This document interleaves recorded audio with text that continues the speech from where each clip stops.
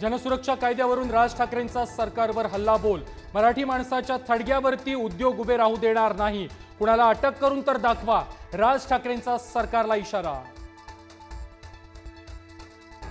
महाराष्ट्राचा मुख्यमंत्री मराठी नाही तर हिंदी सक्तीचा विचार करतो, हे लाजिरवाणं, राज ठाकरेंचा हल्लाबोल। तर रायगडमधील जमिनींचा आपल्याच नेत्यांकडून परप्रांतीयांसाठी सौदा, ठाकरेंचा आरोप। शिवरायांच्या वास्तव्यानं पावन रायगड भूमीमध्ये सर्वाधिक डान्स बार कसे, राज ठाकरेंचा सरकारला सवाल। तर नवी मुंबई विमानतळावरती मराठी मुलांनाच रोजगार हवा, राज ठाकरेंचा सरकारला इशारा। पुण्याच्या यवतराड्यानंतर शरद पवारांचा मुख्यमंत्री फडणवीसांना फोन, सामाजिक वातावरण बिघडू नये यासाठी उपाययोजना करा, पवारांचं आवाहन। पुण्यातील दौंडच्या यवतमध्ये आक्षेपार्ह पोस्टमुळे 2 गटातील राड्यानंतर आज तणावपूर्ण शांतता, पोलिसांकडून तगडा बंदोबस्त, काही आरोपींची धरपकड, जमावबंदीही लागू। रम्मी आणि 3 पत्तीचा खेळ आता ऑलिम्पिक पर्यंत जाईल, माणिकराव कोकाटेंच्या क्रीडा मंत्रीपदावरून उद्धव ठाकरेंचा खोचक टोला।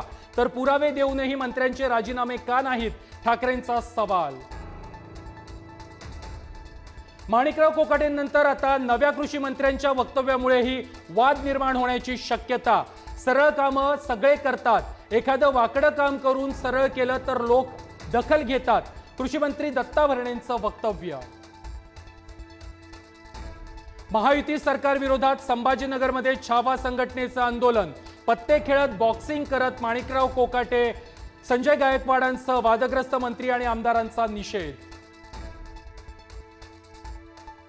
पुण्यात उद्योगात आणि व्यापारामध्ये मोठ्या प्रमाणावरती दबाव पाहायला मिळतो, पुण्याच्या विकासामध्ये दादागिरी घुसली आहे, मुख्यमंत्री फडणवीसांचं वक्तव्य।